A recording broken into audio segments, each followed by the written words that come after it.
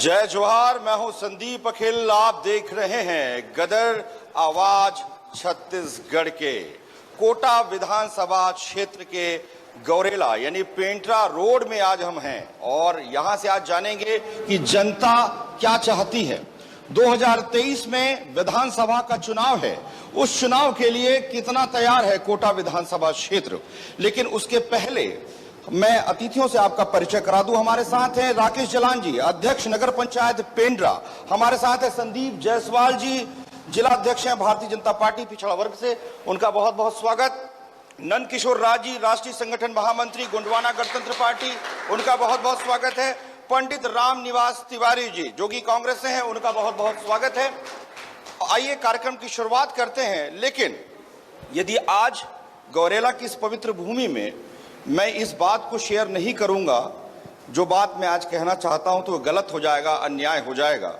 गौरेला से मेरा बड़ा पुराना नाता है।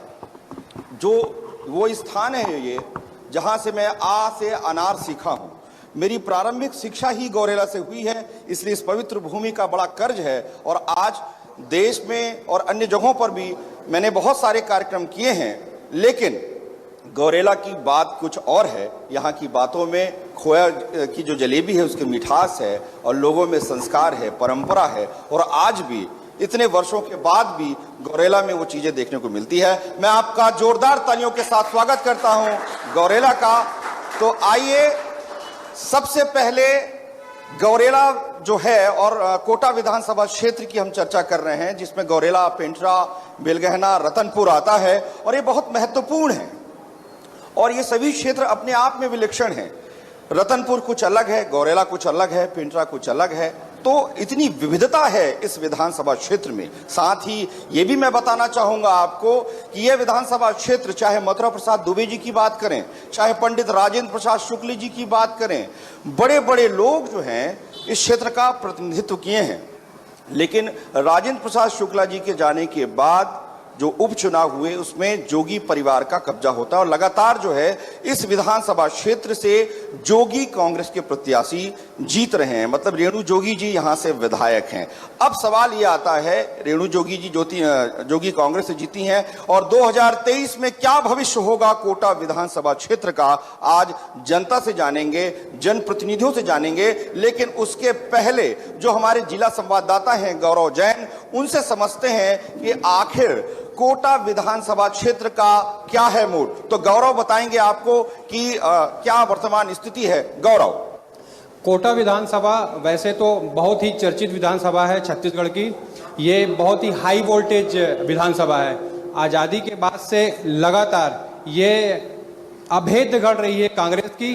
केवल 2018 में रेणु जोगी ने आखिरी समय में छत्तीसगढ़ जनता कांग्रेस से यहाँ पर फॉर्म भरा था और उन्हें विजय प्राप्त हुई थी। काशीराम तिवारी, मथुरा प्रसाद दुबे, राजेंद्र प्रसाद जी शुक्ल और रेणु जोगी, केवल 4 ही विधायक यहाँ से हुए हैं और कांग्रेस का ये अभेद्य गढ़ रहा है। भाजपा के लिए अभी तक यहाँ पर कोई भी सफलता अभी तक वर्तमान में प्राप्त नहीं हुई है। 2023 में देखना होगा भाजपा किस प्रकार से डिलीवर करती है और कांग्रेस या जनता कांग्रेस जो भी स्थानीय विधायक हैं उनके समीकरण से कैसे उन्हें डिफीट करती है। संदीप अकल जी, आपने सुना कि क्या स्थिति है और हमारे संवाददाता गौरव जैन ने आपको बताया। तो आइए गदर की शुरुआत करते हैं। गदर का पहला सवाल राकेश जलान जी से, नगर पंचायत पेंड्रा से है ये और अध्यक्ष हैं वहां के। राकेश जलान जी, वर्तमान में क्या स्थिति दिखती है? 2023 के लिए कितने तैयार हैं आप? देखिए, सर्वप्रथम आप सभी को मेरा नमस्कार। 2023 में निश्चित तौर पर इस बार कोटा विधानसभा में कांग्रेस जीत हासिल करेगी, क्योंकि पिछली बार हम चुनाव में हारा क्योंकि प्रत्याशी चयन में कहीं ना कहीं कांग्रेस पार्टी के चूक हुई थी और श्रीमती रेणु जोगी जी उसी समय कांग्रेस पार्टी से जोगी कांग्रेस में गई थी। तो हमारे मतदाता उसमें सिंपैथी लहर भी चली मैडम के साथ, क्योंकि माननीय स्वर्गीय श्री अजीत जोगी जी की वाइफ है, तो कहीं ना कहीं उसका उनको फायदा हुआ। पर इस बार जिस तरह माननीय भूपेश बघेल जी की सरकार ने कोटा विधानसभा के लिए पेंड्रा गौरेला, जो कि कोटा विधानसभा में आता है, जिला की सौगात दी, यहाँ जितने विकास कार्यों की सौगात दी, उसको देखते हुए निश्चित तौर पर इस बार कोटा विधानसभा में कांग्रेस की ही प्रत्याशी बनेगा। निश्चित रूप से कांग्रेस के प्रत्याशी बनेंगे, ये विश्वास जताया है जलान जी ने। लेकिन इस जलान जी ने जो विश्वास जताया है उस पर कितना यकीन किया जाए तो आने वाला वक्त बताएगा। हमारे साथ संदीप जायसवाल जी हैं। संदीप जी, आप भारतीय जनता पार्टी का प्रतिनिधित्व कर रहे हैं, लेकिन आरएसएस जो मेरी जानकारी में है, आरएसएस इतना मजबूत है यहाँ सालों से, लेकिन भारतीय जनता पार्टी के कोई भी प्रत्याशी जो है जीत क्यों नहीं पाते हैं? सर्वप्रथम तो मैं आपको गौरला पेंडा मरवाही की तरफ से बहुत माइक को पास रखेंगे, माइक को पास रखेंगे जी। विशेष धन्यवाद देना चाहता हूं। अभी जलान जी ने जो कहा, भूपेश बघेल ने जो जिले की घोषणा की, माइक को करीब से रखेंगे जायसवाल। मैं आपको अवगत करा दूं कि जिले की अवधारणा तो बहुत सही है, लेकिन 15% कमीशन की ये सरकार बन चुकी है। हर जगह कमीशन और भ्रष्टाचार का बोलबाला है। यहां पर जितने भी माफिया हैं, चाहे वो रेत माफिया हो, चाहे खनन माफिया हो, जितने भी माफिया हैं वो पूर्ण रूप से सक्रिय हैं। भारतीय जनता पार्टी अपने कार्यकर्ताओं के दम पर लड़ेगी। अगला चुनाव निश्चित तौर पे हम हारे हैं, मगर वो बिल्कुल मिनिमम मार्जिन से हारे हैं। और आने वाला समय नरेंद्र मोदी की सरकार के जो केंद्रीय सरकार की योजनाओं को लेकर और हम सब की तैयारियों को लेकर हम निश्चित तौर पर अगला चुनाव फतह करेंगे, यह मैं आपको विश्वास दिलाता हूं। ये विश्वास जो है जायसवाल जी ने जताया है। हमारे साथ पंडित राम निवास तिवारी जी हैं, बड़े बुजुर्ग व्यक्ति हैं, सुदीर्घ इनका अनुभव है। तिवारी जी, जोगी कांग्रेस की वर्तमान स्थिति क्या है? और क्योंकि आपकी सिटिंग एमएलए है यहाँ से, लेकिन 2023 का भविष्य क्या होगा? तिवारी जी, देखिए, जोगी कांग्रेस दल के तौर पर ही अपने लोगों से दिल से जुड़ी है। मैं चाहूंगा कि माइक को तिवारी जी रहने के कारण जी, ये हम कह सकते हैं कि हमारा संपर्क घर घर में है और जीवंत संपर्क है। इसलिए जो कि कांग्रेस तो आएगी। रही बात कांग्रेस और भाजपा का जो सपना है, कांग्रेस इस कदर वो अपने भ्रष्टाचारों से और जनहित के कामों से दूर रहकर अपने किए हुए वादों को पूरा न करने के कारण 12 वादे दिखाऊंगा मुख्यमंत्री जी के, चरणदास महंत जी के, जो पूरे नहीं हुए। फिर भी ये कहते हैं, सपना देखते हैं कि हम जीतेंगे। जिनकी बड़ी भारी मूर्ति लगाए हैं वहाँ पेंड्रा में, उनके नाम का उद्यानिकी महाविद्यालय का पता ही नहीं है और मूर्ति पहले लग गई। भूपेश बघेल जी नगर पालिका गौरेला और पेंड्रा की घोषणा किए हैं, नगर पालिका बनेगा, कहीं अता पता नहीं। जहाँ भी जिला मुख्यालय बनता है वो स्थान नगर पालिका भी बन जाता है। जहाँ अभी जिला मुख्यालय है वो अभी ग्राम पंचायत है, उसको नगर पालिका बन जाना चाहिए था।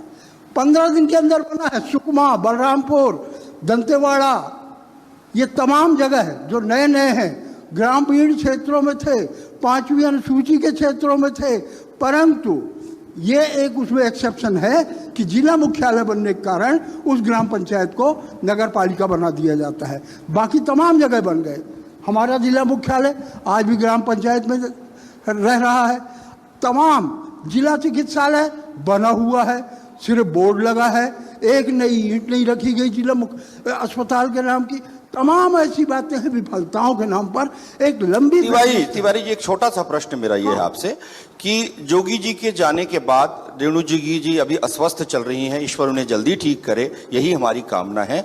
लेकिन जोगी जी के जाने के बाद ये माना जा रहा है कि जोगी कांग्रेस में बड़े बड़े नेता जो हैं वो टूट रहे हैं। आपके कांग्रेस जो विधायक हैं वो दूसरी पार्टियों में जाने के लिए जो है प्रयास कर रहे हैं। तो ऐसी स्थिति में जनता के बीच संशय लेके आप जाएंगे क्या?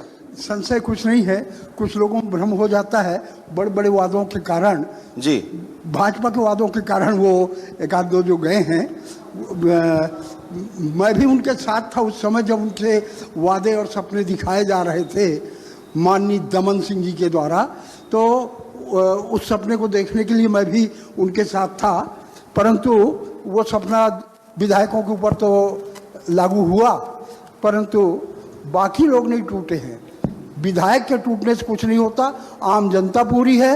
लोरमी भी हम जीतेंगे, बलौदा बाजार भी जीतेंगे और जहां जहां से नंबर 2 में रहे हैं वो सब सीटें जीतेंगे। आपके नेता कौन रहेंगे?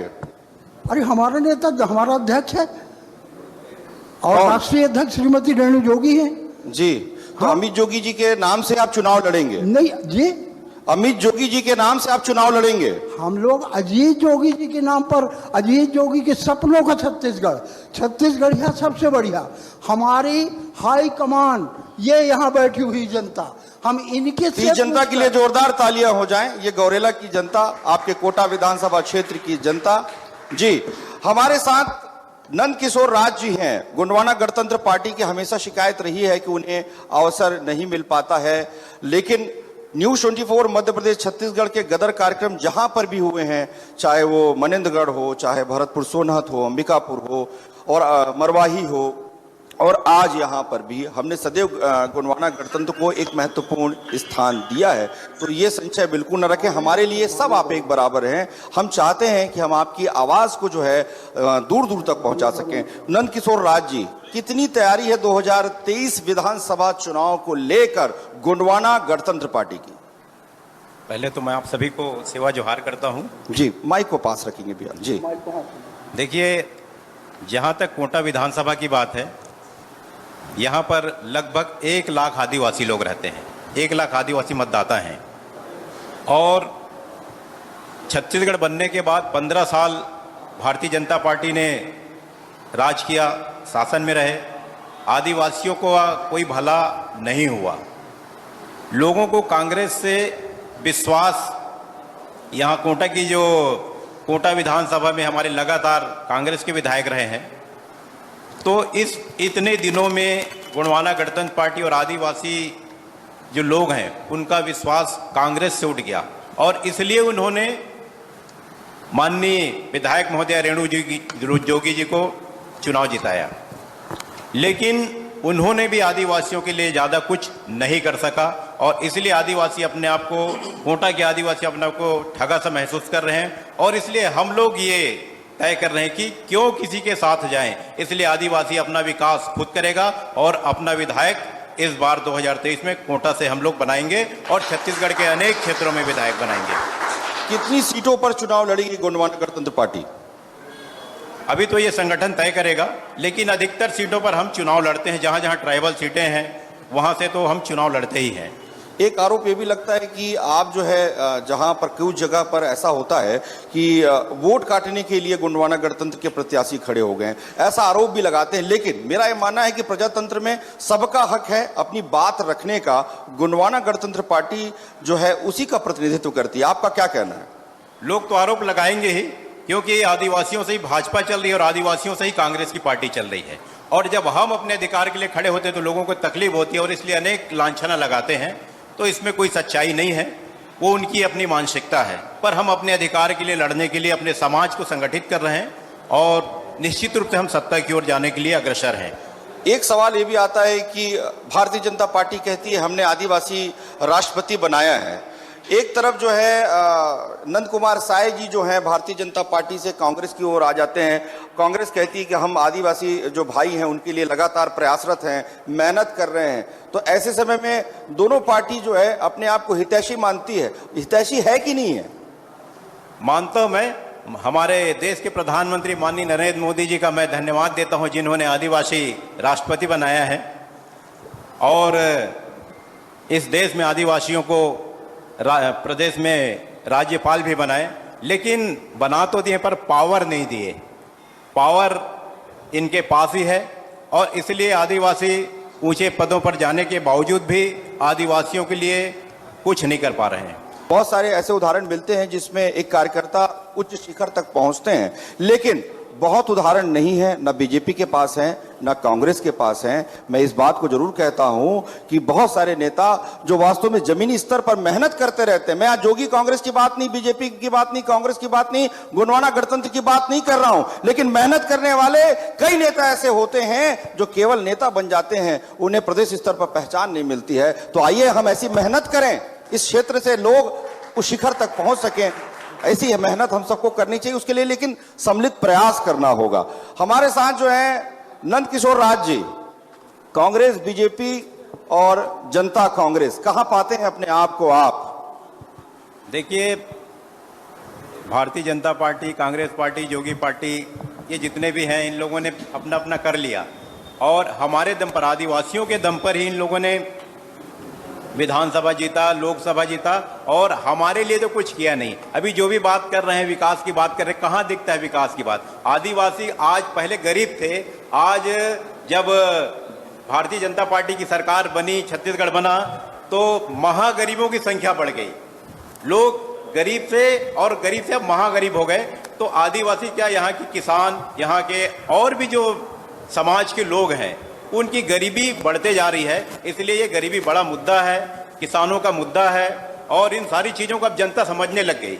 ये कैसे चुनाव लड़ते हैं जनता समझ गई है, और इसलिए हम तो यहाँ के मूल निवासी हैं, और हम हमेशा यही चाहते थे कि कोई बेहतर प्रतिनिधि आए, कोई बेहतर। ये बगल में जो जितने लोग हैं वो क्या है? जी ये भी बेहतर ही है। नहीं, मूल निवासी की बात आपने कही जो। जी मूल निवासी सभी लोग हैं, पर आदिवासियों को जो यहाँ का मूल निवासी का दर्जा दिया आप गया है। हमारे भाई हैं जी, हम ये मानते हैं कि नंद किशोर राज जी हमारे भाई हैं, संदीप जायसवाल जी हमारे भाई हैं, दादा जो हैं बुजुर्ग हमारा, उनका आशीर्वाद हमको मिलता है, जलान जी भी हमारे भाई हैं। ये सब आपकी शक्तियां हैं। मैं आपको ये बताना चाहता हूं, ये सभी यहाँ के निवासी हैं। और जिस दिन पूरे लोग, ये चार लोग खड़े, चार दिशा है मेरे हिसाब से, और ये चारों दिशा जब एक साथ मेहनत करेगी तो ही छत्तीसगढ़ का विकास संभव है। तो हम तो सबको अपना समझते हैं, हम सबको अपना समझते हैं। आइए, सवालों का वक्त हो गया है। हमारे जिला संवाददाता गौरव जैन जो है वो आपके सवाल लेंगे। आप जो है हाथ उठाएंगे, आपके तक जो है गौरव पहुंचेंगे। और कोटा विधानसभा क्षेत्र के इस स्थान गौरेला यानी पेंड्रा रोड में क्या जनता सोचती है, क्या उनके मुद्दे हैं, और गौरेला पेंड्रा मरवाही जिला बन जाने के बाद आज वर्तमान में जनता क्या सोच रही है, यही हमें जानना है। गौरव, हमारे साथ कुछ आम आदमी पार्टी के भी कार्यकर्ता बैठे हुए हैं। सबसे पहले उनसे भी जानते हैं कि एक राजनीतिक पार्टी होने के नाते वो क्या सोचते हैं इस जिले और इस विधानसभा के बारे में। सबसे पहले तो आपके इस कार्यक्रम का बहुत बहुत धन्यवाद। एक मंच हमारे लिए भी वहाँ पास होना था, क्योंकि हम लोग भी अब राष्ट्रीय पार्टी हो गए हैं, क्षेत्रीय पार्टी को स्थान दिया, तालियां हो जाए, राष्ट्रीय पार्टी हो गए जी, होना चाहिए था। हमारे यहाँ पास समस्याओं का अंबार है। अस्पताल में देखिए भ्रष्टाचार चरम पर है। अंजनी इंडस्ट्रियल एरिया है, नाम मात्र का है, वहाँ पास यहाँ क्षेत्रीय किसी को रोजगार नहीं है। और जो ट्रैफिक व्यवस्था है यहाँ पास, इससे लेकर जनता बहुत परेशान है। बाईपास का काम पूर्व मुख्यमंत्री द्वारा घोषणा करके हो चुका है, वर्तमान मुख्यमंत्री के द्वारा भी आश्वासन के ऊपर आश्वासन होता है। आए दिन दुर्घटनाएं हो रही हैं, न बीजेपी इसके ऊपर कोई एक्शन विपक्ष के नाते होते हुए ले रही है, न कांग्रेस सत्ता में है तो उसको कर। सत्ता से ही सारे सवाल हैं, जो भी कमियां हैं वो जिले की ही और कोटा विधानसभा। हाथ आप उठाते जाएंगे और सवाल आप तक गौरव पहुंच रहे हैं। सवाल जी।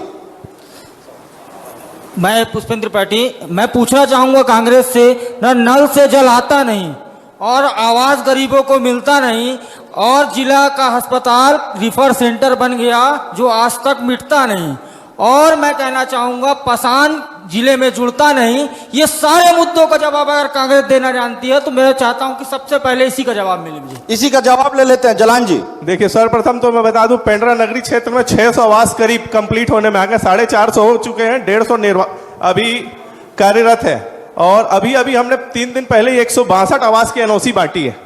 तो आवास के मुद्दे में तो पेंड्रा नगर पंचायत पूरे छत्तीसगढ़ में सेकंड पोजीशन में, नगरी क्षेत्र में।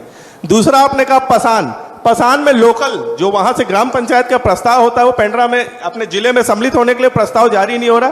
पेंड्रा के वहां पसान के निवासी उसका विरोध कर रहे हैं, जिस कारणवश उसको अपने जीपीएम जिले में शामिल नहीं किया जा रहा है। तीसरा रहा आपका स्वास्थ्य सुविधा में देखिए अभी जिला बने 3 साल हुआ है, जैसे ही अपना जिला बना है कोरोना जैसी महामारी से जूझा है, तो कोरोना जैसी संकट की स्थिति में उस अस्पताल ने ही पूरा कार्य किया है। निश्चित तौर पर कुछ कमियां हैं जिसको यथाशीघ्र दूर कर ली जाएंगी, यथाशीघ्र दूर किया जाएगा। स्वास्थ्य मंत्री खुद अस्वस्थ हैं। पहले सवाल ले लें। स्वास्थ्य मंत्री खुद अस्वस्थ हैं। स्वास्थ्य मंत्री खुद अस्वस्थ हैं। स्वास्थ्य मंत्री अस्वस्थ नहीं है, अभी ऑस्ट्रेलिया में उनके ऊपर तक उन्होंने फ्लाइंग शासनकाल में जी क्षेत्र का विकास और क्षेत्र के लोगों का विकास ना होके यहाँ कांग्रेस के नेताओं का विकास हुआ है। कहीं भी गोठान का नाम निशान नहीं है, पूरी सड़कें गोठान बनी हुई है। आप देख सकते हैं पेंड्रा से आपको मरवाही तक पूरी सड़कें गोठान दिखेंगी। सभी रास्तों में रोका छेका अभियान चल रहा है भूपेश बघेल जी के द्वारा। जी ठीक है, एक और सवाल लेते हैं, मैं आऊंगा एक और सवाल ले लेते हैं। आपके पास आऊंगा ये सवाल लेकर। हाँ, एक और सवाल ले लेते हैं। एक और सवाल ले लीजिए। दिन आप छोड़ देंगे तो आपको जवाब मिलना बंद हो जाएगा, सवाल और इस बात को ध्यान रखिए। मैं सर्वप्रथम ये निवेदन करना चाहूँगा, इस क्षेत्र की जो दुर्गति है ये भूपेश जी का देन है। खुला भ्रष्टाचार, खुला भ्रष्टाचार। अभी जो नेचर कैप में कई करोड़ों का घोटाला हुआ है, उसमें घोटाला सिद्ध हुआ है। और इस क्षेत्र के जो कुछ छोटे अधिकारी थे, हमारे जो आदिवासी अधिकारी थे छोटे, इस क्षेत्र के विधानसभा के, उनको तो सस्पेंड कर दिया गया है। लेकिन बाहर से आके संजय त्रिपाठी नाम का शख्स जो एसडीओ थे फॉरेस्ट में, उनके ऊपर कोई कार्रवाई नहीं। और भी एक सवाल ले लेते हैं। कांग्रेस के एक सदस्य जी हमारे साथ। जी सवाल लेते जाओ। जरूर।